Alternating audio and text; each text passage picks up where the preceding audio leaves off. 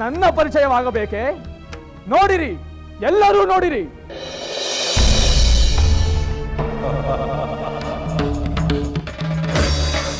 ಯಾರ ಹೆಸರನ್ನು ಕೇಳಿದರೆ ತ್ರಿಲೋಕವೇ ಬೆಚ್ಚಿ ಬೀಳುವುದು. ಯಾರ ತಪಸ್ಸಿಗೆ ಮೆಚ್ಚಿ ಚತುರ್ಮುಖ ಬ್ರಹ್ಮನು ವರ ನೀಡಿದನೋ, ಯಾರು ಕೈಲಾಸ ಪರ್ವತವನ್ನೇ ಎತ್ತಿ ಅಲುಗಾಡಿಸಲು ಮುಂದಾದನೋ, ವಿಶ್ವವಸುವಿನ ಮಗ, ಪೌಲಸ್ತ್ಯನ ಮೊಮ್ಮಗ ರಾವಣ, ದಶಕಂಠ ರಾವಣ.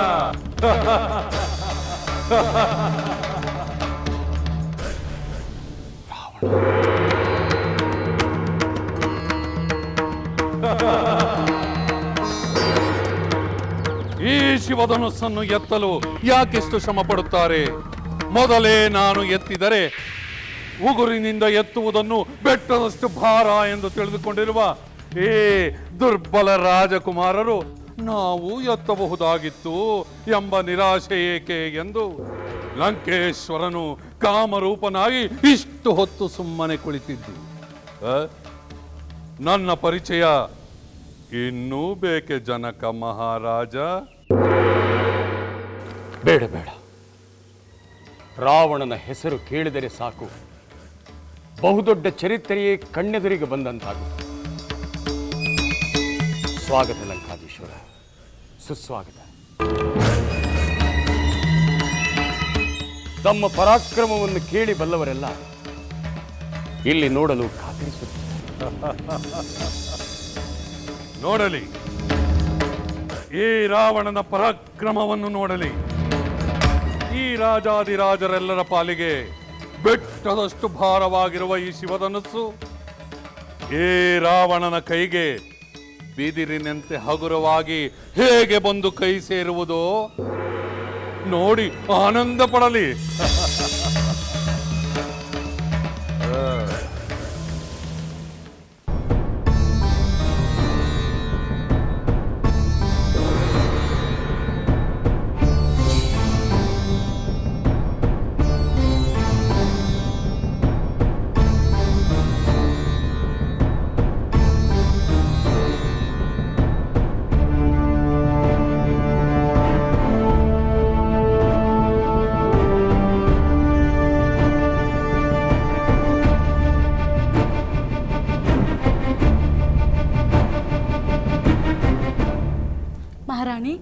ಮಹಾರಾಣಿ, ಸೀತಾ ಸ್ವಯಂವರಕ್ಕೆ ಲಂಕೆ ರಾವಣನ ಆಗಮನವಾಗಿದೆ.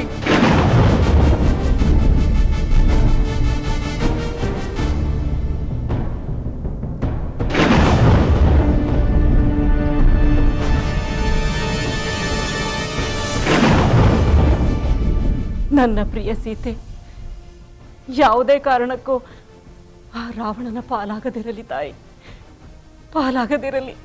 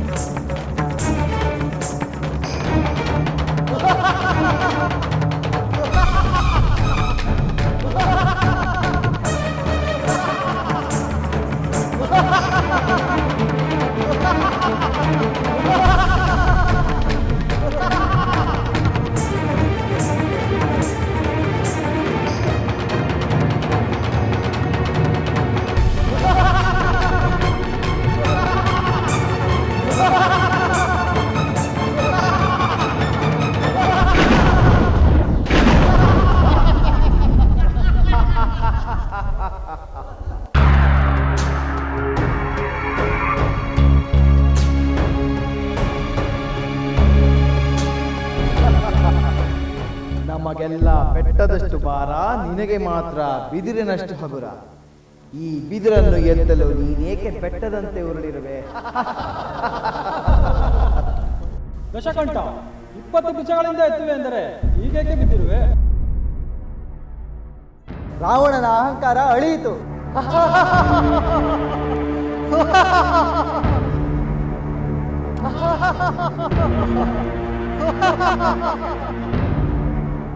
ರಾವಣನಿಗೆ ಗರ್ವಭಂಗವಾಯಿತು.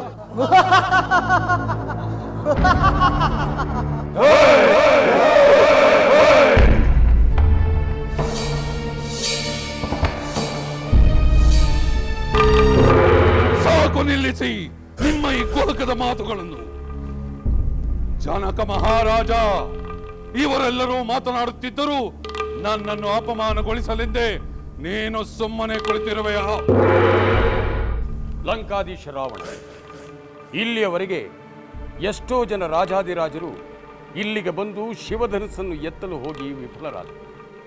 ಆದರೆ ಈ ಸಭೆಯಲ್ಲಿ ಯಾರೊಬ್ಬರು ತಾವು ಆಡಿದಂತಹ ಕುಹಕದ ಮಾತುಗಳನ್ನು ಆಡಿರಲಿಲ್ಲ.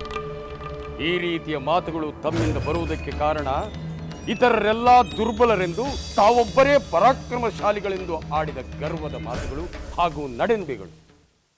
ಅವೆಲ್ಲ ಈ ಪರಿಸ್ಥಿತಿಗೆ ಕಾರಣ. ಜನಕ ಮಹಾರಾಜ, ಈ ಒಂದು ಸೋಲಿನಿಂದ ನನ್ನ ಪರಾಕ್ರಮವನ್ನು ಆಡಿಕೊಂಡವರೆಲ್ಲರೆದುರಿಗೂ ನನ್ನ ಬಲವೇನೆಂದು ತೋರಿಸುತ್ತೇನೆ. ಇದುವರೆಗೂ ನೀವು ಕೇಳಿರುವ ರಾವಣನ ಚರಿತ್ರೆ, ಪರಾಕ್ರಮದ ಚರಿತ್ರೆ ಹಿಂದೆಂದೂ ನಡೆದಿಲ್ಲ. ಇನ್ನು ಮುಂದೆ ಹೆಚ್ಚು ನಡೆಯುವುದು.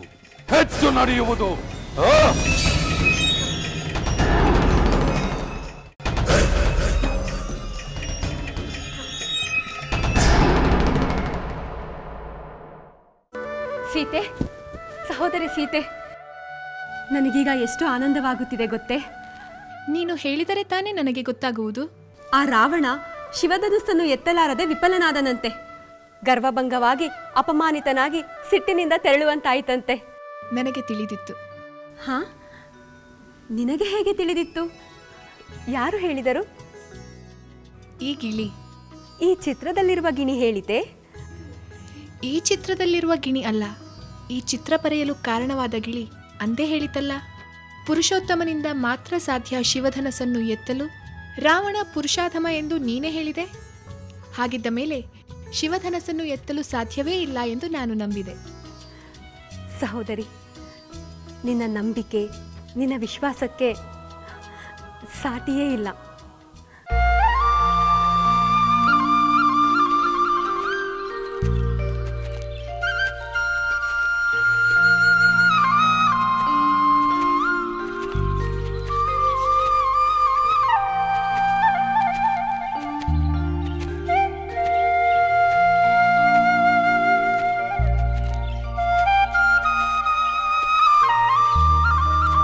ಗುರುದೇವ, ಅದು ಆ ವನ ಮಧ್ಯದಲ್ಲಿ ಆಶ್ರಮವೊಂದು ಗೋಚರಿಸುತ್ತಿದೆ. ಆದರೆ ಅಲ್ಲಿ ಯಾವ ಮುನಿಗಳು ಕಾಣಿಸುತ್ತಿಲ್ಲ. ಇದು ಯಾರ ಆಶ್ರಮ? ಏಕೆ ಇಲ್ಲಿ ಯಾರು ವಾಸಿಸುತ್ತಿಲ್ಲವೆಂದು ನಾವು ತಿಳಿಯ ಬಯಸುತ್ತೇವೆ. ದಯಮಾಡಿ ತಿಳಿಸುವಂತವರಾಗಿ. ರಾಘವ, ಈಗ ನೀನು ಕೇಳಿದ ಪ್ರಶ್ನೆ ಸಮಯೋಚಿತವೂ ಸೂಕ್ತವೂ ಆಗಿದೆ. ಆ ಆಶ್ರಮದಲ್ಲಿ ವಾಸವಾಗಿದ್ದ ಮಹರ್ಷಿಗಳು ಆಶ್ರಮವನ್ನು ತ್ಯಜಿಸಿ ಹೋಗಲು ಕಾರಣವನ್ನ ನಾನೀಗ ನಿಮಗೆ ತಿಳಿಸುತ್ತೇನೆ. ನೀವಿಬ್ಬರು ಗೌತಮ ಮಹರ್ಷಿಗಳ ಹೆಸರನ್ನು ಕೇಳಿರಬೇಕಲ್ಲ? ಗೌತಮ ಮಹರ್ಷಿಗಳು ಸಪ್ತರ್ಷಿಗಳಲ್ಲಿ ಒಬ್ಬರಲ್ಲವೇ? ಹೌದು, ಸಪ್ತರ್ಷಿಗಳಲ್ಲಿ ಒಬ್ಬರಾದ ಗೌತಮರು ಕುಲಪತಿಗಳೂ ಹೌದು, ಗೋತ್ರ ಪ್ರವರ್ತಕರೂ ಹೌದು. ಅನಾವೃಷ್ಟಿಯ ಸಮಯದಲ್ಲಿ ಸಹಸ್ರಾರು ಮಂದಿ ಬ್ರಾಹ್ಮಣರನ್ನ ಆಶ್ರಮದಲ್ಲಿ ಇರಿಸಿಕೊಂಡು ಆತಿಥ್ಯವನ್ನು ನೀಡಿ ಸತ್ಕರಿಸಿದಂತಹ ಮಹಾಪುರುಷ. ಗುರುಗಳೇ, ಅನಾವೃಷ್ಟಿ ಕಾಲದಲ್ಲಿ ಸಹಸ್ರಾರು ಜನರಿಗೆ ಆತಿಥ್ಯ ನೀಡಿದ ಮಹಾಮುನಿಗಳ ಆಶ್ರಮದಲ್ಲಿ ಇಂದು ಯಾರೂ ವಾಸಿಸದೇ ಇರುವುದು ಆಶ್ಚರ್ಯವುಂಟು ಮಾಡುತ್ತಿದೆ. ಅದಕ್ಕೆಲ್ಲ ಒಂದು ಮಹಾ ದುರ್ಘಟನೆಯೇ ಕಾರಣ ಲಕ್ಷ್ಮಣ. ಗೌತಮರ ಪತ್ನಿ ಅಹಲ್ಯೆ ಮಹಾ ಸುಂದರಿಯೂ ಹೌದು, ಮಹಾ ಪತಿವ್ರತೆಯೂ ಹೌದು. ಅಹಲ್ಯೆಯ ಸೌಂದರ್ಯಕ್ಕೆ ಮಾರು ಹೋದ ದೇವೇಂದ್ರ ಒಮ್ಮೆ ಗೌತಮ ಮಹರ್ಷಿಗಳು ಆಶ್ರಮದಲ್ಲಿ ಇಲ್ಲದ ಸಮಯದಲ್ಲಿ ತಾನೇ ಗೌತಮ ಮಹರ್ಷಿಗಳ ವೇಷವನ್ನು ಧರಿಸಿ ಆಶ್ರಮವನ್ನು ಪ್ರವೇಶಿಸಿದ. ನಡೆಯಬಾರದ ಘಟನೆಗಳು ನಡೆದು ಹೋದವು. ಇದನ್ನು ಅರಿತ ಗೌತಮರು ಇಬ್ಬರನ್ನು ಶಪಿಸಿ ಆಶ್ರಮವನ್ನೇ ತ್ಯಜಿಸಿ ಹೊರಟು ಹೋದರು. ಪಾಪ ತೊಳೆವ ಗಂಗೆ ಜನಿಸಿದ ಪಾದ ಪರಿತಾಪ ಕಳೆಯಲು ಪ್ರವೇಶಿಸಿತಾಶ್ರಮವ ಕಳಂಕಿತಳಾಗಿ ಕಲ್ಲಿಗೂ ಕಡೆಯಾದ ಋಷಿ ಸತಿಯ ಸಾವಿರ ವರುಷಗಳ ಶಾಪ ವಿಮೋಚನೆಯ ಪರಮಂಗಳ ಕ್ಷಣವಿದು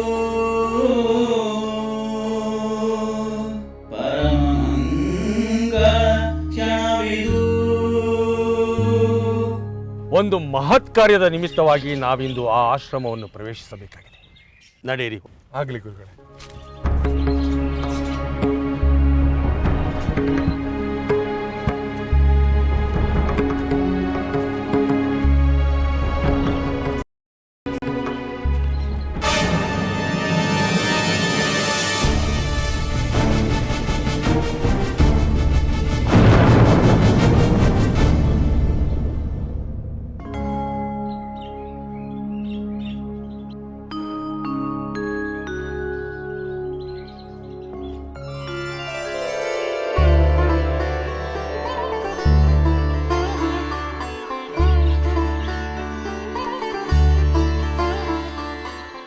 ಸಹೋದರಿ ಅಹಲ್ಯಾದೇವಿ, ರಾಮನ ಆಗಮನದಿಂದ ನಿನ್ನ ಶಾಪ ವಿಮೋಚನೆಯಾಯಿತು.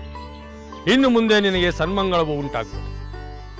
ಧನ್ಯಳಾದೆ ಮಹರ್ಷಿ, ಧನ್ಯಳಾದೆ. ರಾಮಚಂದ್ರ, ಈ ನಿನ್ನ ದಿವ್ಯ ಮಂಗಳ ರೂಪವನ್ನು ಕಾಣುವುದಕ್ಕಾಗಿ, ನನ್ನ ಶಾಪ ವಿಮೋಚನೆಗಾಗಿ ಸಾವಿರಾರು ವರ್ಷಗಳಿಂದ ಧ್ಯಾನಿಸುತ್ತಾ ಕಾಯುತ್ತಿದ್ದೆ. ಆ ನನ್ನ ತಪಸ್ಸು, ನಿರೀಕ್ಷೆ ಇಂದು ನಿನ್ನ ಆಗಮನದಿಂದ ಸಾರ್ಥಕವಾಯಿತು ತಂದೆ. ರಾಮಚಂದ್ರ, ಲಕ್ಷ್ಮಣ, ನೀವುಗಳು ಇಂದಿಲ್ಲಿ ಆತಿಥ್ಯವನ್ನು ಸ್ವೀಕರಿಸಿ ನನ್ನ ಮನಸ್ಸಿಗೆ ಸಂತೋಷವನ್ನುಂಟು ಮಾಡಬೇಕೆಂದು ನಾನು ನಿಮ್ಮಲ್ಲಿ ಕೇಳಿಕೊಳ್ಳುತ್ತೇನೆ. ಮಾತೆ, ನಾವು ಮಹರ್ಷಿ ವಿಶ್ವಾಮಿತ್ರರ ಆಜ್ಞಾನುವರ್ತಿಗಳಾಗಿ ಆಗಮಿಸಿದವರು. ಅವರು ಹೇಳಿದಂತೆಯೇ ನಾವು ಮುಂದೆ ಬರೆಯುತ್ತೇವೆ. ರಾಮಚಂದ್ರ, ನಿನ್ನ ಪಾದಸ್ಪರ್ಶದಿಂದ 1000 ವರ್ಷಗಳ ಅದೃಶ್ಯ ಅಸಹನೀಯ ಬದುಕು ಕೊನೆಗೊಳ್ಳುವುದರೊಂದಿಗೆ ಆಕೆಯ ಶಾಪ ವಿಮೋಚನೆಯೂ ಆಗಿದೆ. ಅಹಲ್ಯಾದೇವಿಗೆ ಆಗಿರುವ ಸಂತಸಕ್ಕೆ ಆತಿಥ್ಯವನ್ನು ನೀಡಿ ತನ್ನ ಭಕ್ತಿಯನ್ನು ಕೃತಜ್ಞತೆಯನ್ನು ತೋರುವ ಹಂಬಲದಲ್ಲಿದ್ದಾಳೆ. ಆಕೆಯ ಕೋರಿಕೆಗೆ ಮನ್ನಣೆ ಇತ್ತು ಪತಿತ ಪಾವನನೆಂಬ ಕೀರ್ತಿಗೆ ಪಾತ್ರನಾಗಿ. ಆಗಲಿ ಮಹರ್ಷಿಗಳೇ. ಮಾತೆ, ನಾವು ಇನ್ನೂ ಇಲ್ಲಿಯೇ ಇದ್ದು ತಮ್ಮ ಆತಿಥ್ಯವನ್ನು ಸ್ವೀಕರಿಸಿ ತೆರಳುತ್ತೇವೆ. ಧನ್ಯಳಾದೆ ರಾಮಚಂದ್ರ, ಧನ್ಯಳಾದೆ.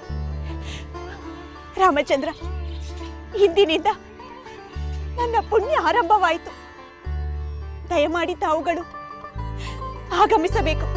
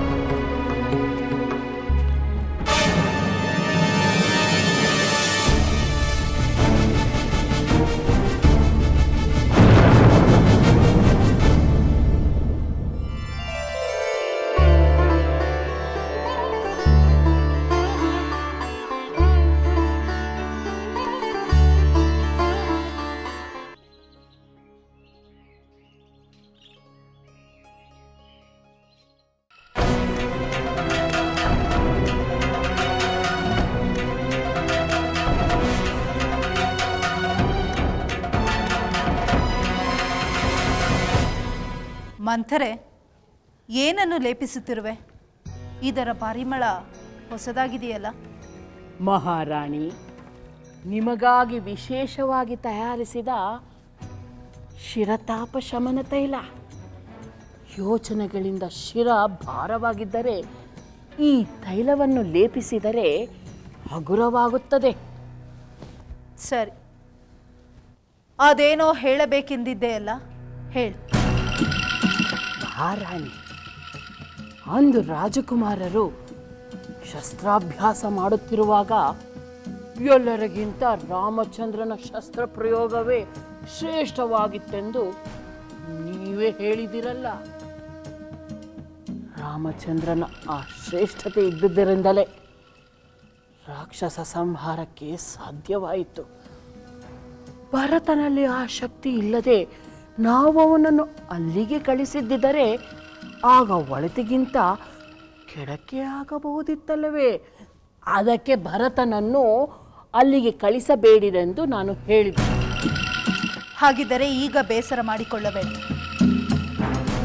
ಮಹಾರಾಣಿ, ಎಲ್ಲ ಪ್ರಶಂಸೆಗಳು ಅವರಿಗೆ ಮುಂದುವರೆದರೆ ಆಗ ನೀವೇ ಬೇಸರ ಪಡುವಿರಿ. ಸರಿ, ಈಗ ನಾನೇನು ಮಾಡಬೇಕೆಂದು ಹೇಳುವೆ?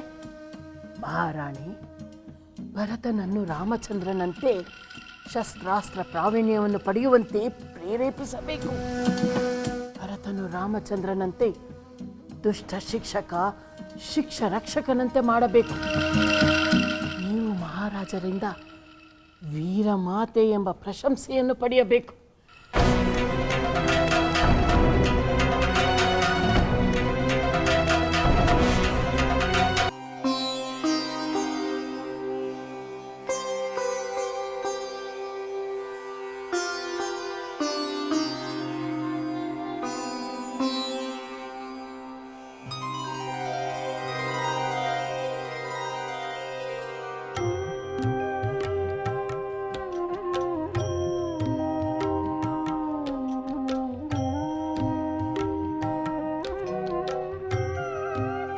ಮಹಾರಾಣಿ, ಈ ಒಡವೆಗಳನ್ನು ನಿಮ್ಮ ಮಗಳಿಗೋಸ್ಕರನೇ ವಿಶೇಷವಾಗಿ ವಿನ್ಯಾಸ ಮಾಡಿ ಸಿದ್ಧಪಡಿಸಿದಂತಹವು.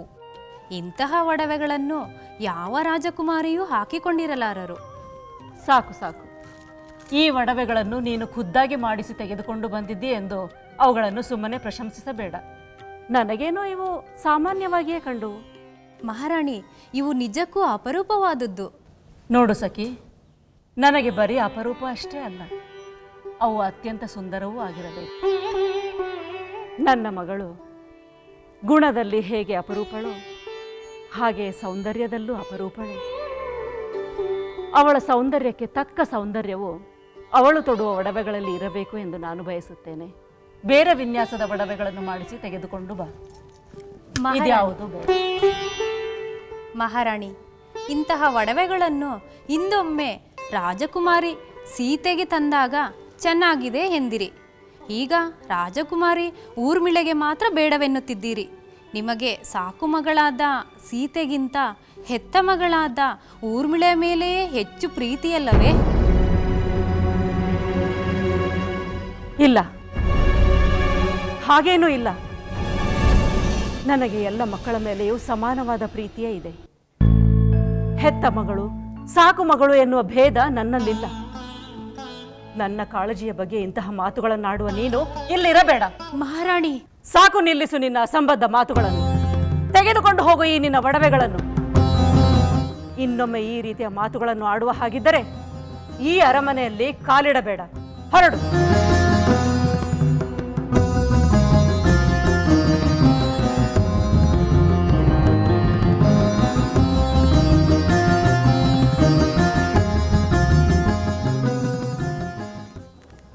ಅಯ್ಯೋ ದೇವರೇ, ಎಂತಹ ನಿಂದನೆ ಕೇಳಿದೆ. ನಾನು ಎಂದಾದರೂ ನನ್ನ ಸೀತೆಗೆ ಭೇದ ಮಾಡುತ್ತೇನೆ? ಏಕೆ ಇವಳ ಬಾಯಲ್ಲಿ ಇಂತಹ ಮಾತು ಬಳಿಸಿದೆ?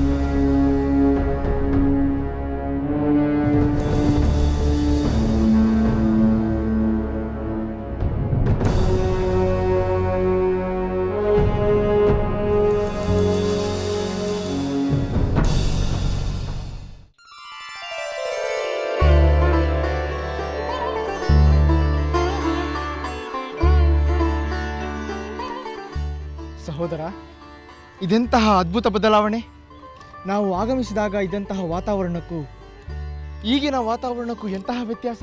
ಲಕ್ಷ್ಮಣ, ಬತ್ತಿದ ನೆಲ ಬಿರುಕು ಬಿಟ್ಟು ಘೋರವಾಗಿರುತ್ತದೆ. ಅಲ್ಲಿ ಗಂಗೆ ಪ್ರವೇಶವಾದರೆ ಹಚ್ಚ ಹಸಿರಾಗುತ್ತದೆ. ರಾಮನ ಪ್ರವೇಶವೆಂದರೆ ನಿರ್ಜೀವದಲ್ಲೂ ಜೀವ ಪ್ರವೇಶಿಸಿದ ಹಾಗೆ.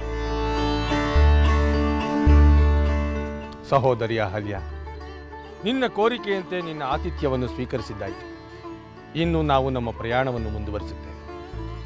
ನಿನಗೆ ಮಂಗಳವಾಗಲಿ.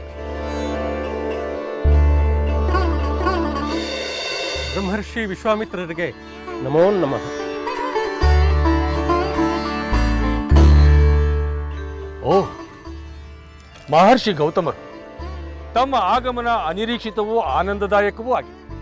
ತಾವು ನಮ್ಮ ಆಶ್ರಮಕ್ಕೆ ಆಗಮಿಸಿದ್ದಲ್ಲದೆ ಈ ಪುರುಷೋತ್ತಮರಾದ ದಶರಥ ಪುತ್ರರನ್ನು ಕರೆತಂದು ಪಾವನಗೊಳಿಸಿರುವಾಗ ನಾವು ಬಂದು ತಮ್ಮನ್ನು ಸತ್ಕರಿಸಬೇಕಾದ್ದು ನಮ್ಮ ಪರಮ ಕರ್ತವ್ಯವೂ ಧರ್ಮವೂ ಆಗಿದೆ. ಹಾಗಾಗಿಯೇ ನಾವು ಧಾವಿಸಿ ಬಂದೆವು. ರಾಮಚಂದ್ರ, ಅಹಲ್ಯ ಕೋರಿಕೆಯನ್ನು ಮನ್ನಿಸಿದ್ದರಿಂದ ಗೌತಮರ ದರ್ಶನ ಭಾಗ್ಯವೂ ಲಭಿಸಿದೆ.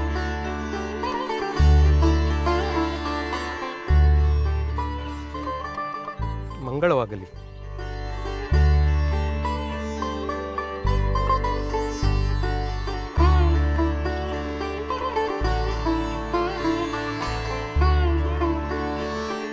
ರಾಮಚಂದ್ರ, ಲಕ್ಷ್ಮಣ, ನಿಮ್ಮ ಆಗಮನದಿಂದ ಬರಡಾಗಿದ್ದ ನಮ್ಮ ಈ ಆಶ್ರಮವು ಜೀವಕಳೆಯನ್ನು ಹೊಂದಿದೆ. ನಾವು ನಿಮ್ಮನ್ನು ಸತ್ಕರಿಸಿ ನಂತರ ಕಳುಹಿಸಿಕೊಡುತ್ತೇವೆ. ರಾಮಚಂದ್ರ, ಮಹರ್ಷಿಗಳ ಕೋರಿಕೆಯನ್ನು ಈಡೇರಿಸುವುದು ನಮ್ಮ ಧರ್ಮ. ಆಗಲಿ. ಮುನಿಗಳ ಮಾತಿನಂತೆ ನಡೆಯುವುದು ನಮಗೆ ಶ್ರೇಯಸ್ಕರವೆಂದು ನನ್ನ ಭಾವನೆ. ಅಹಲ್ಯ, ಸ್ವಾಮಿ,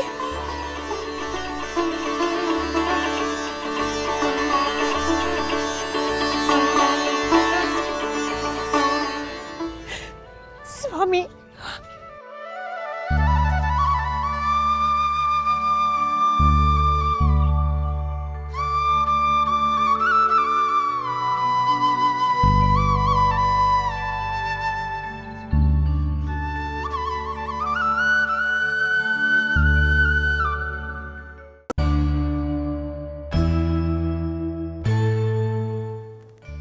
ಅಯ್ಯೋ ದೇವರೇ, ಎಂತಹ ನಿಂದನೆ ಕೇಳಿದೆ.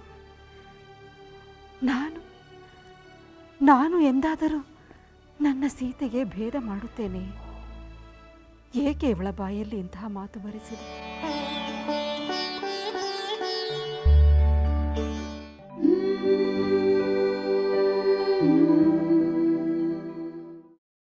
ಮಾತಾಶ್ರೀ.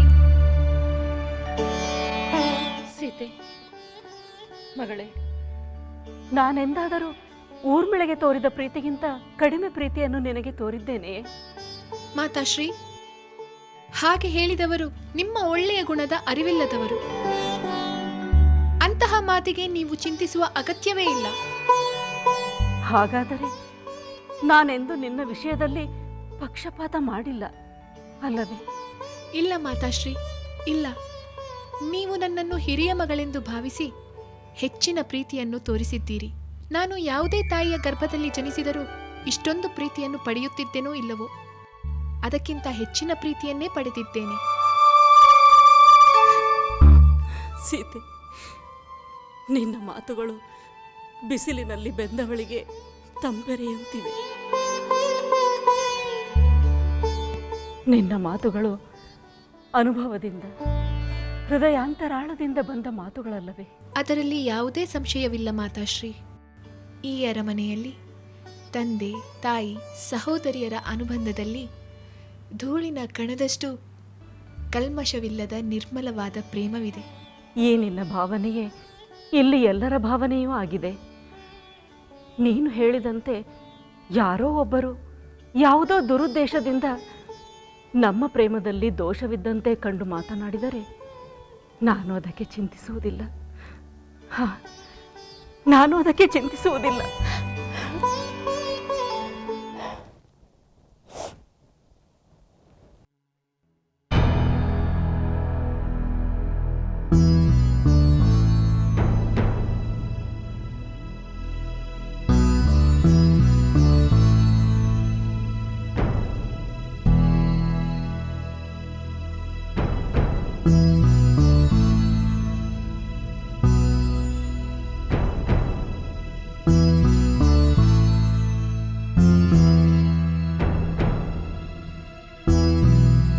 ಯಾರ ತಪಸ್ಸಿಗೆ ಮೆಚ್ಚಿ ಚತುರ್ಮುಖ ಬ್ರಹ್ಮನು ವರ ನೀಡಿದನೋ, ಯಾರು ಕೈಲಾಸ ಪರ್ವತವನ್ನೇ ಎತ್ತಿ ಅಲುಗಾಡಿಸಲು ಮುಂದಾದನೋ, ವಿಶ್ರವಸುವಿನ ಮಗ,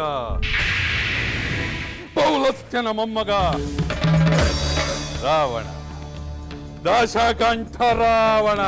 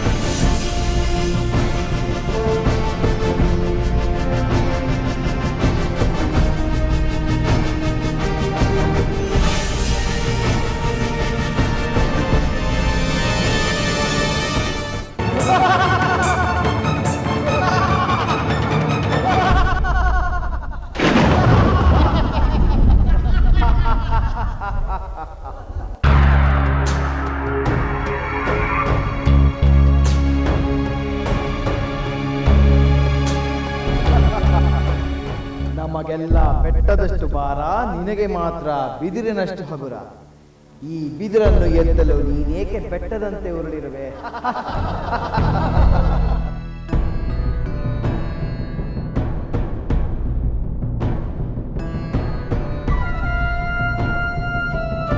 ಪ್ರಭು ಲಂಕಾಧೀಶ್ವರನಿಗೆ ನನ್ನ ಪ್ರಣಾಮಗಳು.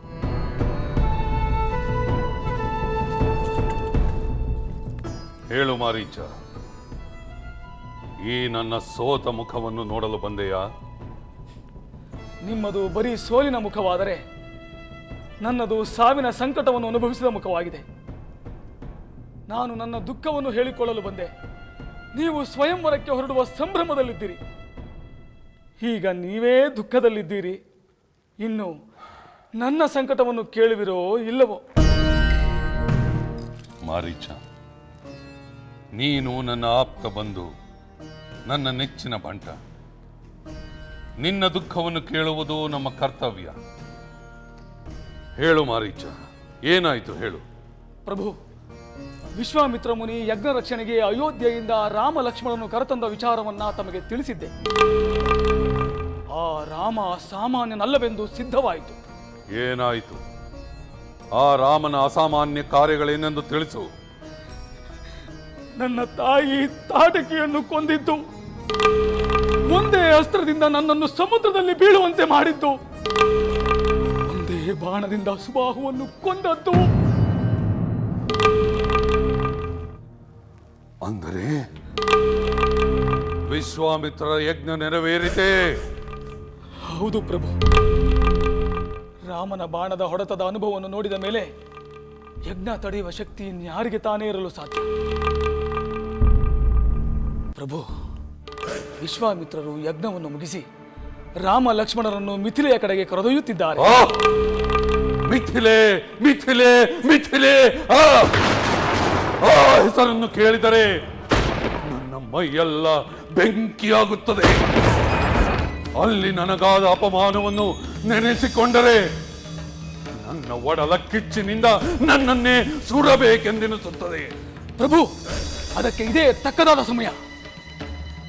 ನನ್ನ ತಾಯಿ ಹಾಗೂ ಸುಬಾಹುವನ್ನು ಕೊಂದ ರಾಮನು ಮಿಥಿಲೆಯಲ್ಲಿರುವಾಗಲೇ ನಮ್ಮಿಬ್ಬರ ಒಡಲ ಕಿಚ್ಚು ಕಾಳಾಗ್ನಿಯಾಗಿ ಮಿಥಿಲೆಯನ್ನು ಮುತ್ತಿ ರಾಮ ಜನಕರನ್ನು ಸುಟ್ಟು ನಮ್ಮ ಒಡಲ ಸಂಕಟವನ್ನು ಶಮನಗೊಳಿಸಿಕೊಳ್ಳಬಹುದಲ್ಲವೇ?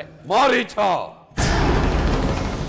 ನಾವು ಮಿಥಿಲೆಗೆ ಮುತ್ತಿಗೆ ಹಾಕುವುದೇ, ದಶರಥ ಪುತ್ರ ರಾಮ ಹಾಗೂ ಜನಕ ಮಹಾರಾಜನೊಂದಿಗೆ ಯುದ್ಧ ಮಾಡುವುದೇ? ಸಾಮಾನ್ಯ ಮಾನವರೊಂದಿಗೆ ಯುದ್ಧ ಮಾಡುವುದು ನಮ್ಮ ಘನತೆ, ಗೌರವ, ಪ್ರತಿಷ್ಠೆಗಳಿಗೆ ತಕ್ಕುದಲ್ಲ. ಶಿವಧನಸ್ಸನ್ನು ಎತ್ತಲಾಗದ ಕೋಪಕ್ಕೆ ಮತ್ತೆ ಬಂದು ಯುದ್ಧ ಮಾಡಿದ ಎಂಬ ನಿಂದನೆಯನ್ನು ನಾನು ಸಹಿಸುವುದಿಲ್ಲ. ಹಾಗಾದರೆ ನಮಗಾದ ಸಂಕಟಕ್ಕೆ ಸುಮ್ಮನಿದ್ದು ಬಿಡುವುದೇ? ಇಲ್ಲ, ಸಂಕಟ ಕೊಟ್ಟವರಿಗೆ ಸಂಕಟ ಕೊಡಲೇಬೇಕು. ನಾವೇ ನೇರವಾಗಿ ಕೊಡದಿದ್ದರೇನಂತೆ, ಬೇರೆಯವರಿಂದ ಕೊಡಿಸೋಣ. ಬೇರೆಯವರಿಂದಲೇ? ಹೌದು. ಜನಕನ ಸ್ವಯಂವರದಲ್ಲಿ ನನಗೆ ಅಪಮಾನವಾದಂತೆ ಇನ್ನೂ ಎಷ್ಟೋ ಜನ ರಾಜರುಗಳಿಗೆ ಆಗಿದೆ. ಅವರಿಗೂ ನಮ್ಮಂತೆ ಸಂಕಟವಿದೆ, ಸಿಟ್ಟಿದೆ. ಅವರನ್ನೆಲ್ಲ ಒಟ್ಟುಗೂಡಿಸಿ ಜನಕನ ಮೇಲೆ ಆಕ್ರಮಣ ಮಾಡಿಸು, ಮಿಥಿಲೆಗೆ ಮುತ್ತಿಗೆ ಹಾಕಿಸು.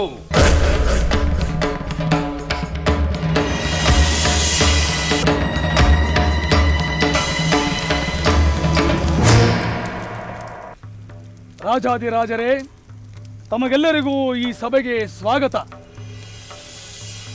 ಹಾಗೆ ಲಂಕಾಧೀಶ್ವರ ದಶಕಂಠ ರಾವಣ ಪ್ರಭುವಿನ ಅನಂತ ವಂದನೆಗಳನ್ನು ತಮಗೆಲ್ಲರಿಗೂ ತಿಳಿಸುತ್ತಿದ್ದೇನೆ. ಅಲ್ಲದೆ ತಮಗೆಲ್ಲರಿಗೂ ರಾವಣ ಪ್ರಭುಗಳು ಒಂದು ಸಂದೇಶವನ್ನು ರವಾನಿಸಿದ್ದಾರೆ. ಮಾರೀಚ, ರಾವಣ ಪ್ರಭುವಿನ ಸಂದೇಶಕ್ಕಾಗಿ ನಾವೆಲ್ಲ ಕಾತುರದಿಂದ ಕಾದಿದ್ದೇವೆ. ಹೌದು ಮಾರೀಚ, ಲಂಕಾಧೀಶ್ವರನ ಮಾತೆಂದರೆ ನಮಗೆ ವೇದವಾಕ್ಯ ಬಿದ್ದಂತೆ. ಅದನ್ನು ತಿಳಿಯುವುದೇ ನಮ್ಮ ಭಾಗ್ಯ. ಬಹಳ ಸಂತೋಷ, ಬಹಳ ಸಂತೋಷ. ತಾವುಗಳು ರಾವಣ ಪ್ರಭುವಿನ ಮೇಲೆ ಇಟ್ಟಿರುವ ಈ ಪರಿಯ ಭಕ್ತಿ ಗೌರವಗಳಿಂದಲೇ ಈ ಸಭೆಗೆ ತಮ್ಮೆಲ್ಲರನ್ನು ಆಹ್ವಾನಿಸಿದ್ದು. ಹಾಗೆಯೇ ನೀವೆಲ್ಲ ನನ್ನ ವಿಚಾರವನ್ನು ಅದನ್ನು ಒಪ್ಪಿ ಆಶೀರ್ವದಿಸಿರುವ ಲಂಕೇಶ್ವರರ ಮನದಿಂಗಿತವನ್ನು ತಮಗೆ ತಿಳಿಸುತ್ತೇನೆ. ಮತ್ತೆ ತಾವುಗಳು ಅದರಂತೆ ನಡೆಯುತ್ತೀರೆಂದು ನಾನು ಭಾವಿಸಿದ್ದೇನೆ. ಅಗತ್ಯವಾಗಿ ಮಾರೀಚ, ರಾವಣನ ಮನದಿಂಗಿತದಂತೆ ನಡೆಯಲು ನಾವು ಸಿದ್ಧ. ಆದರೆ ಅರ್ಥವಾಯಿತು, ಅರ್ಥವಾಯಿತು. ತಮಗೆಲ್ಲರಿಗೂ ರಾವಣೇಶ್ವರರ ಬೆಂಬಲವು ಸದಾ ಇರಬೇಕು. ಹಾಗೆ ತಮ್ಮೆಲ್ಲ ಅಗತ್ಯತೆಗಳನ್ನು ಪೂರೈಸಬೇಕು. ಹೌದು, ಲಂಕಾಧಿಪತಿ ನಮಗೆ ಬೇಡಿದ್ದನ್ನು ನೀಡುತ್ತಾರೆ ಎಂದ ಮೇಲೆ ಅವರಿಗೆ ಬೇಡಿದ್ದನ್ನು ನಾವು ಮಾಡಲು ಸಿದ್ಧರಿದ್ದೇವೆ. ಅವರಿಗೆ ನಮ್ಮಿಂದ ಆಗಬೇಕಾದ್ದು ಏನೆಂದು ಹೇಳು ಮಾರೀಚ, ಹೇಳು. ಹೇಳುತ್ತೇನೆ ಮಹಾರಾಜ. ನಿಜ ಹೇಳಬೇಕೆಂದರೆ ನಿಮ್ಮಿಂದಾಗಲಿ ನನ್ನಿಂದಾಗಲಿ ಲಂಕೇಶ್ವರರಿಗೆ ಆಗಬೇಕಾದ್ದು ಏನೂ ಇಲ್ಲ. ಆದರೆ ನಿಮಗೆ ಜನಕನ ಆಸ್ಥಾನದಲ್ಲಿ ಆದ ಮೋಸ ವಂಚನೆಯಿಂದ ಸಂಕಟ ಪಡುತ್ತಿದ್ದೀರಿ. ಜನಕನ ಕೃತ್ರಿಮಕ್ಕೆ ಬಲಿಯಾಗಿ ನೋವನ್ನು ಅನುಭವಿಸುತ್ತಿದ್ದೀರಿ. ನಿಮಗೆಲ್ಲರಿಗೂ ಒಳ್ಳೆಯದಾಗಬೇಕು. ನಿಮಗಾದ ಮೋಸಕ್ಕೆ ಪ್ರತೀಕಾರವನ್ನು ತೀರಿಸಿಕೊಳ್ಳಬೇಕು. ನಮಗೆ ಅನ್ಯಾಯವಾಯಿತೆಂದು ನಾವು ಸೇಡು ತೀರಿಸಿಕೊಳ್ಳಬೇಕೇ? ಹೌದು. ಶಿವಧನಸ್ಸನ್ನು ನಿಮ್ಮಿಂದ ಎತ್ತಲು ಸಾಧ್ಯವಾಗದೇ ಇದ್ದಿದ್ದು ನಿಮ್ಮಗಳ ಪರಾಕ್ರಮದ ಕೊರತೆಯಿಂದಲ್ಲ, ಅದು ಆ ಜನಕನ ಕೃತ್ರಿಮ. ಮಾರೀಚ, ಅದರಲ್ಲಿ ಕೃತ್ರಿಮವೇನು? ಹೌದು, ಶಿವಧನಸ್ಸನ್ನು ಯಾರೂ ಎತ್ತಬಾರದೆಂದು ಆ ಜನಕ ಮಹಾರಾಜ ಅದರ ಸುತ್ತಲೂ ಮಾಯಾಜಾಲವನ್ನು ಸೃಷ್ಟಿಸಿದ್ದ. ಆ ಕಾರಣದಿಂದಲೇ ನೀವ್ಯಾರೂ ಅದನ್ನು ಎತ್ತಲು ಸಾಧ್ಯವಾಗಲಿಲ್ಲ. ಹಾಗಾದರೆ ಈ ಸ್ವಯಂವರವನ್ನು ಏರ್ಪಡಿಸಿ ನಮ್ಮನ್ನು ಇಲ್ಲಿ ಆಹ್ವಾನಿಸಿದ್ದು ಏಕೆ? ನೀವೆಲ್ಲ ದುರ್ಬಲರೆಂದು ಈ ಲೋಕಕ್ಕೆ ತಿಳಿಯಲಿ ಎಂದು. ಆದರೆ ನೀವುಗಳು ದುರ್ಬಲರಲ್ಲ. ಎಲ್ಲರೂ ಒಟ್ಟಾಗಿ ಸೇರಿ ಆ ಮಿಥಿಲೆಯನ್ನು ಮುತ್ತಿಗೆ ಹಾಕಿ ಗೆದ್ದು ತೋರಿಸಬೇಕು. ಮಾರೀಚ, ನಾವು ಮಿಥಿಲೆಯನ್ನು ಮುತ್ತಿಗೆ ಹಾಕಬೇಕೆ? ಹೌದು. ಲಂಕೆಯು ನಿಮಗೆ ಬೇಕಾದ ಎಲ್ಲ ಸಹಾಯಗಳನ್ನು ಕೊಡುತ್ತದೆ. ಈಗ ಹೇಳಿ, ಮಿಥಿಲೆಯನ್ನು ಗೆದ್ದು ಸೇಡು ತೀರಿಸಿಕೊಳ್ಳುವಿರಾ? ರಾವಣ ಪ್ರಭುವಿನ ಕೃಪೆಗೆ ಪಾತ್ರರಾಗುವಿರಾ? ಮಾರೀಚ, ನಾವು ಮಿಥಿಲೆಯನ್ನ ಗೆಲ್ಲುತ್ತೇವೆ.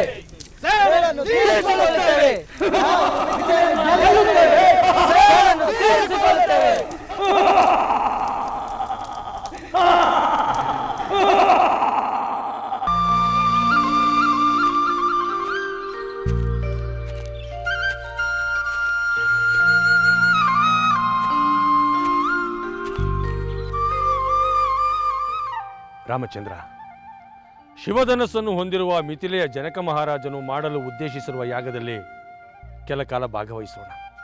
ನಂತರ ಉಳಿದಂತೆ ಅಲ್ಲಿ ಬೇರೇನೇ ನಡೆದರೂ ಅದು ದೈವ ಪ್ರೇರಣೆಯಾಗುತ್ತದೆ. ಗುರುವರ್ಯ,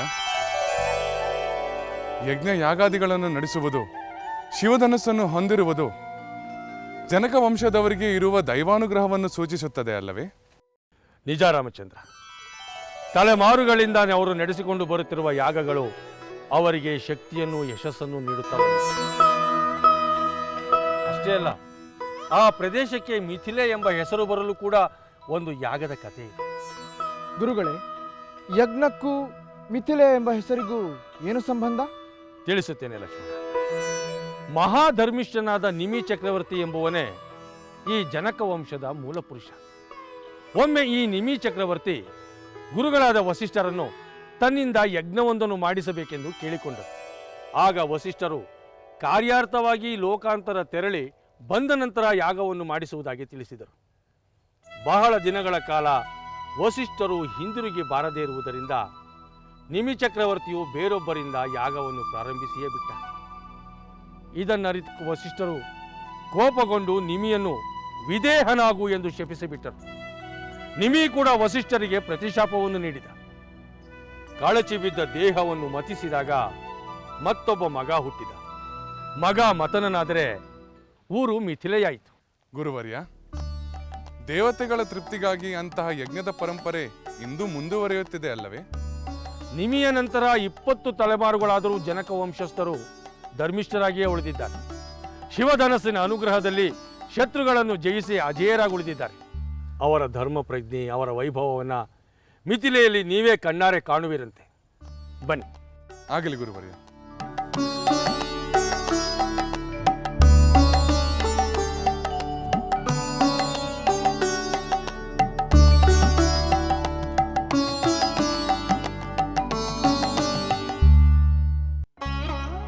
ಮಹಾರಾಜ, ನಾನು ತಮ್ಮಲ್ಲಿಗೆ ಯಜ್ಞದ ವಿಚಾರವಾಗಿ ಮಾತನಾಡಲು, ಅಲ್ಲದೆ ಎಲ್ಲ ಆಶ್ರಮಗಳಿಗೂ ಇಲ್ಲಿ ನಡೆದ ವಿಚಾರವನ್ನು ತಿಳಿಸಲಾಗಿದೆ ಎಂಬ ವಿಷಯವನ್ನು ತಿಳಿಸಲು ನಾನೇ ತಮ್ಮಲ್ಲಿಗೆ ಬರುವವನಿದ್ದೆ. ಅಷ್ಟರಲ್ಲಿ ತಾವೇ ಹೇಳಿ ಕಳುಹಿಸಿದಿರಿ. ಗುರುಗಳೇ, ನಾನು ತಮ್ಮನ್ನು ಯಜ್ಞದ ವಿಚಾರವಾಗಿ ಸಮಾಲೋಚಿಸಲು ಇಲ್ಲಿಗೆ ಕರೆ ಕಳುಹಿಸಲಿಲ್ಲ. ಏಕೆಂದರೆ ರಾಜಗುರುಗಳಾದ ತಾವು ಅದಕ್ಕೆ ಬೇಕಾದ ಸಿದ್ಧತೆಯನ್ನು ಮಾಡುವುದರಲ್ಲಿ ನನಗೆ ಯಾವ ಸಂದೇಹವೂ ಇಲ್ಲ. ಆದರೆ ಈಗ ನನ್ನನ್ನು ಬಾಧಿಸುತ್ತಾ ಇರುವ ವಿಚಾರವೇ ಬೇರೆ. ಆಯಿತು ಮಹಾರಾಜ, ದಯವಿಟ್ಟು ತಮ್ಮ ಮನಸ್ಸಿನಲ್ಲಿರುವ ವಿಚಾರವನ್ನು ತಿಳಿಸುವುದಾಗಬೇಕು.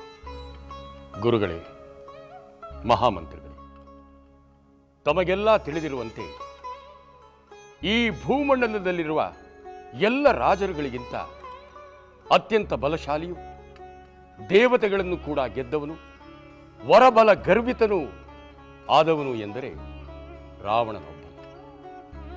ಆತನಿಂದಲೇ ಶಿವಧನಸ್ಸನ್ನು ಸ್ವಲ್ಪವೂ ಅಲುಗಾಡಿಸಲು ಸಾಧ್ಯವಾಗಲಿಲ್ಲ ಎಂದಾದ ಮೇಲೆ ಇನ್ನು ಸಾಮಾನ್ಯ ರಾಜರುಗಳಿಗೆ ಶಿವಧನಸ್ಸನ್ನು ಎತ್ತುವ ಬಲವಿರುವುದೇ ಎಂಬ ಚಿಂತೆಯು ನನ್ನನ್ನು ಕಾಡುತ್ತಿದೆ.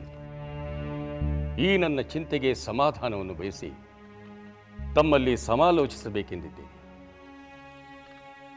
ಸೀತೆಯ ಕಲ್ಯಾಣವನ್ನು ಈ ಸ್ವಯಂವರದ ಮೂಲಕ ಮಾಡಲು ಉದ್ದೇಶಿಸಿದ್ದೇ ತಪ್ಪಾಯಿತೇನೋ ಎಂಬ ಭಾವನೆಯು ನನಗೀಗ ಬರಲಾರಂಭಿಸಿದೆ.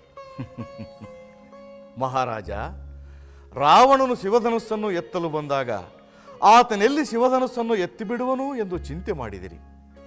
ರಾವಣ ಶಿವಧನುಸ್ಸನ್ನು ಎತ್ತಲು ವಿಫಲನಾದಾಗ ಸಂತೋಷಪಟ್ಟ ನಿಮಗೆ ಈಗ ಅದೇ ವಿಚಾರವೇ ಹೊಸ ಚಿಂತೆಗೆ ಕಾರಣವಾಗಿರುವುದು ಆಶ್ಚರ್ಯವನ್ನುಂಟು ಮಾಡುತ್ತಿದೆ. ಈ ಚಿಂತೆಗೆ ಪರಿಹಾರವೆಂದರೆ ರಾವಣನಿಗಿಂತ ಪರಾಕ್ರಮಶಾಲಿಯು, ರಾವಣನಂತೆ ದುಷ್ಟನಲ್ಲದ ರಾಜಕುಮಾರನೋರ್ವನು ಸ್ವಯಂವರಕ್ಕೆ ಬಂದು ಶಿವಧನುಸ್ಸನ್ನು ಎತ್ತುವುದು. ಗುರುದೇವ, ಈ ಭೂಮಂಡಲದಲ್ಲಿ ಅಂತಹ ರಾಜಕುಮಾರರು ಯಾರಿದ್ದಾನೆ, ಎಲ್ಲಿದ್ದಾನೆ? ಇದ್ದರೂ ಅವನು ಸತ್ಕುಲ ಪ್ರಸೂತನು, ಸಕಲ ಗುಣ ಸಂಪನ್ನನೂ ಆಗಿರಬೇಕಲ್ಲವೇ? ಪರಾಕ್ರಮ, ಸದ್ಗುಣ ಎರಡೂ ಒಬ್ಬನಲ್ಲೇ ಇರುವುದು ಅಪರೂಪವಲ್ಲವೇ? ಮಹಾಪ್ರಭುಗಳು ಚಿಂತಿಸಬೇಕಾಗಿಲ್ಲ. ಈ ಸ್ವಯಂವರಕ್ಕೆ ಬಾರದಿರುವಂತಹ ಉತ್ತಮ ರಾಜಮನೆತನಗಳು ಇನ್ನೂ ಇದೆ. ಅಂತಹ ರಾಜ್ಯಗಳಿಗೆ ಮತ್ತೊಮ್ಮೆ ಸಂದೇಶ ಕಳುಹಿಸಿದರಾಯಿತು. ಅಮಾತ್ಯರೇ, ಸ್ವಯಂವರದ ವಿಚಾರ ತಿಳಿದಿದ್ದರೂ ಸಹ ಅನೇಕ ರಾಜರುಗಳು ಬಾರದೇ ಇರುವುದರಿಂದ ಅವರಿಗೆ ಮತ್ತೊಮ್ಮೆ ಸಂದೇಶ ಕಳುಹಿಸುವುದು ವ್ಯರ್ಥ. ಏಕೆಂದರೆ ಸ್ವಯಂವರದಲ್ಲಿ ಅವರಿಗೆ ಆಸಕ್ತಿ ಇಲ್ಲದೇ ಇರಬಹುದು. ಆದರೆ ಇಲ್ಲಿಗೆ ಬಂದ ಅನೇಕ ರಾಜರುಗಳು ವಿಫಲರಾದಾಗ ಅವರಿಂದ ಈ ವಿಚಾರವನ್ನು ತಿಳಿದು ಸೋಲನ್ನು ಅನುಭವಿಸಲು ಸಿದ್ಧರಿಲ್ಲದೆ ಇರಬಹುದು. ಮಹಾರಾಜ, ತಮ್ಮ ಮಾತಿನಲ್ಲೂ ಅರ್ಥವಿದೆ. ಸ್ವಯಂವರದ ಬಯಕೆ ಇಲ್ಲದ ರಾಜಪುತ್ರರಿಗೆ ಪರಾಕ್ರಮವಿದ್ದರೂ ವ್ಯರ್ಥ. ಸ್ವಯಂವರದ ಇಚ್ಛೆ, ಪರಾಕ್ರಮ, ಸದ್ಗುಣ ಸಂಪನ್ನನಾದವನನ್ನು ದೈವವೇ ಇಲ್ಲಿಗೆ ಕಳುಹಿಸಬೇಕು. ಅದಕ್ಕಾಗಿ ಆ ದೈವವನ್ನು ನಂಬಿ ನಾವು ಕಾಯಬೇಕು ಮಹಾರಾಜ.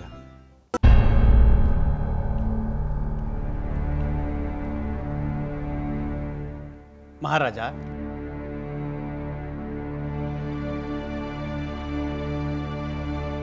ದೀರ್ಘಾಯುಷ್ಮಾನ್ ಭವ. ಕುಲಗುರುಗಳಿಗೆ ನಮೋ ನಮಃ. ಆಸೀನರಾಗಿ.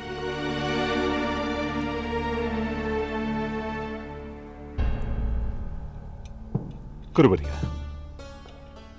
ಬಾಯಾರಿ ಬಳಲಿದವನಿಗೆ ಕಂಕೆಯೇ ಪ್ರತ್ಯಕ್ಷವಾದಂತಾಯಿತು.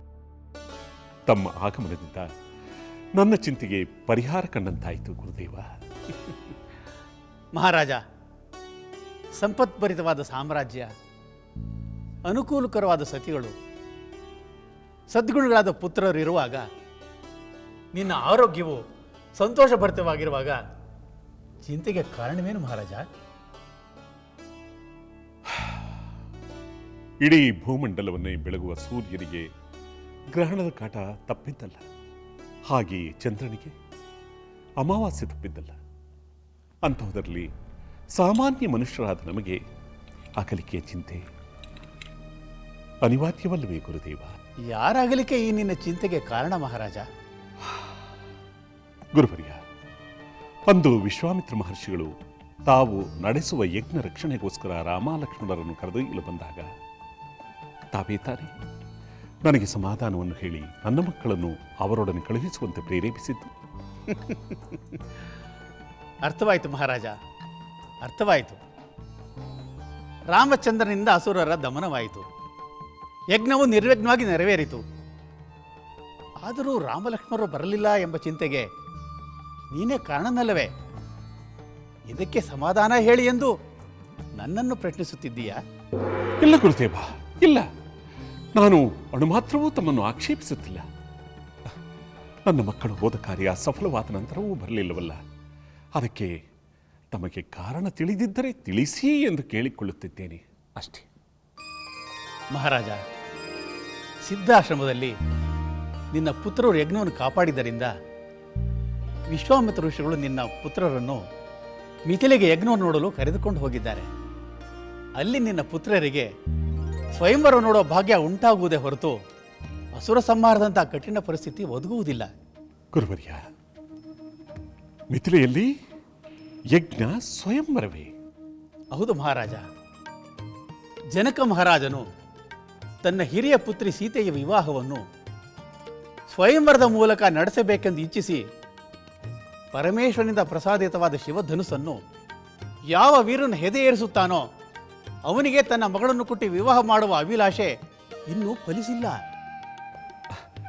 ಏನೆಂದರೆ ಗುರುವರ್ಯ, ಹಾಗಾದರೆ ಶಿವಧನುಸ್ಸನ್ನು ಎತ್ತಿ ಎದೆಯೇರಿಸಿ ನಿಲ್ಲುವಂತಹ ವೀರರ್ಯಾರು ಮಿಥಿಲೆಗೆ ಹೋಗಲೇ ಇಲ್ಲವೇ? ಇಲ್ಲ ಮಹಾರಾಜ, ಅಲ್ಲಿಗೆ ಹೋದ ಯಾವ ವೀರರಿಂದಲೂ ಆ ಶಿವಧನುಸ್ಸನ್ನು ಅಲುಗಾಡಿಸಲು ಸಾಧ್ಯವಾಗಲಿಲ್ಲ. ಯಾರ ಪರಾಕ್ರಮ ಯಾವಾಗ ಎಲ್ಲಿ ಹೇಗೆ ವ್ಯಕ್ತವಾಗುವುದೋ ಹೇಗೆ ಹೇಳುವುದು?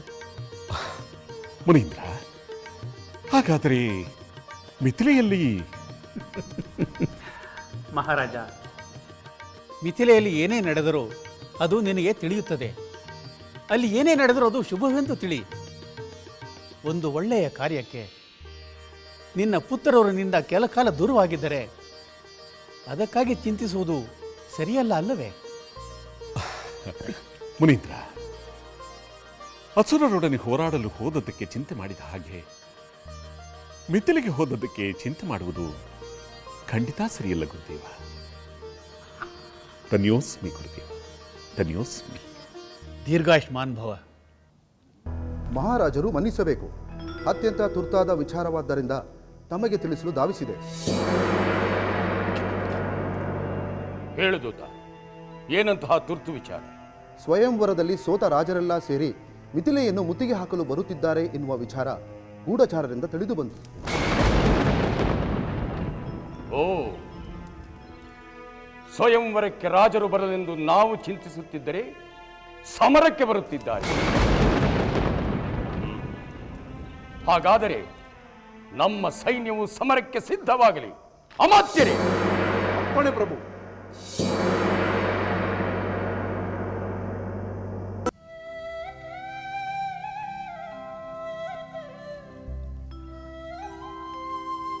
ಸಹೋದರಿ ಸೀತೆ, ಏನನ್ನು ಹಾಗೆ ದಿಟ್ಟಿಸಿ ನೋಡುತ್ತಿರುವೆ? ಅದೋ ನೋಡು, ಹಕ್ಕಿ ತನ್ನ ಬೇಟೆಯನ್ನು ಹಿಡಿಯಲು ಹೇಗೆ ಸುತ್ತುವರಿಯುತ್ತಿದೆ. ಹೌದು ಸಹೋದರಿ, ಆ ರೀತಿ ಸುತ್ತಲೂ ಸುತ್ತುವುದರಿಂದ ಅದಕ್ಕೆ ಆಕ್ರಮಣ ಮಾಡಲು ಸುಲಭವಾಗಿರಬಹುದು. ಹೌದು, ಶತ್ರುಗಳನ್ನು ಎಲ್ಲಾ ದಿಕ್ಕಿನಿಂದ ಮುತ್ತಿಗೆ ಹಾಕಿದರೆ ಅವರನ್ನು ಸೋಲಿಸುವುದು ಸುಲಭವೆನಿಸುತ್ತದೆ. ಈಗ ಮಿಥಿಲೆಗೆ ಮುತ್ತಿಗೆ ಹಾಕಿರುವ ಶತ್ರುಗಳನ್ನು ಎದುರಿಸಲು ಈ ಕ್ರಮವನ್ನು ಅನುಸರಿಸಬಹುದಲ್ಲವೇ? ಸಹೋದರಿ, ಇದನ್ನು ನಾವು ಮಾತನಾಡಿದರೆ ಏನು ಪ್ರಯೋಜನ? ಈ ವಿಷಯವನ್ನು ಮೊದಲು ಅಪ್ಪಾಜಿಯವರಿಗೆ ತಿಳಿಸಬೇಕು. ಹೌದು ಸಹೋದರಿ, ನಿನ್ನ ಮಾತು ನಿಜ. ನಾವು ಈಗಲೇ ಆ ಕಾರ್ಯವನ್ನು ಮಾಡೋಣ.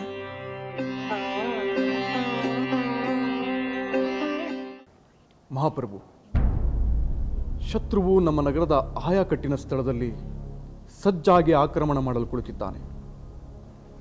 ಅವನನ್ನು ಅಲ್ಲಿಂದ ಕದಲಿಸದೆ ಆ ಸೈನ್ಯವನ್ನು ಮಣಿಸುವುದು ಕಷ್ಟವೆಂದೆನಿಸುತ್ತದೆ.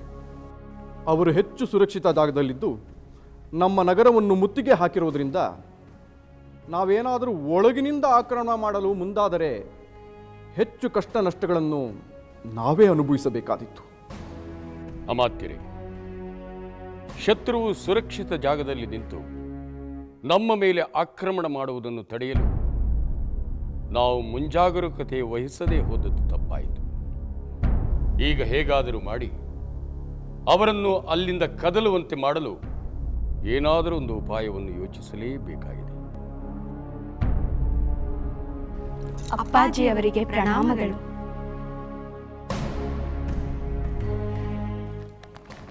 ಸೀತಾ, ಊರ್ಮಿಳಾ. ಅಪ್ಪಾಜಿ, ನಮಗೊಂದು ಉಪಾಯ ಹೊಳೆದಿದೆ. ಶತ್ರುಗಳನ್ನು ಚಕ್ರಾಕಾರ ವ್ಯೂಹದಲ್ಲಿ ಸುತ್ತುವರೆದರೆ ಅವರು ಗೊಂದಲಕ್ಕೊಳಗಾಗಿ ಸುರಕ್ಷಿತ ಸ್ಥಳದಿಂದ ಹೊರಗೆ ಬಂದು ನಮ್ಮವರ ಆಕ್ರಮಣಕ್ಕೆ ಒಳಗಾಗಬಹುದು. ಶತ್ರುವನ್ನು ಚಕ್ರಾಕಾರದಲ್ಲಿ ಸುತ್ತುವರಿಯುವುದೇ? ಅಮಾತ್ಯರೇ, ಈ ಉಪಾಯದ ಬಗ್ಗೆ ತಾವೇನು ಹೇಳುವಿರಿ?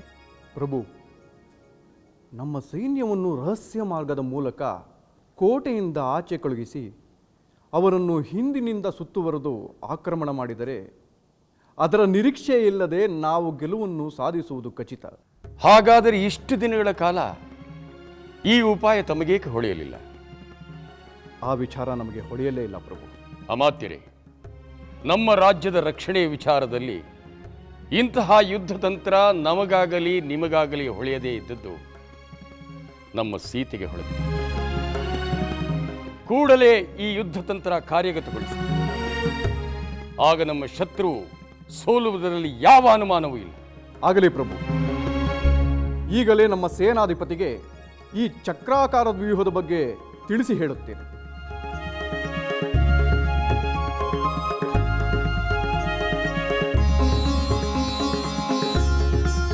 ಸೀತೆ, ಇದೇನು ವಿಚಿತ್ರವಮ್ಮ. ನಿನಗೆ ಇಂತಹ ಒಂದು ಆಲೋಚನೆ ಹೊಳೆಯುತ್ತದೆ ಎಂಬ ಕಲ್ಪನೆ ಕೂಡ ನಮಗೆ ಬರಲಿಲ್ಲವಲ್ಲ?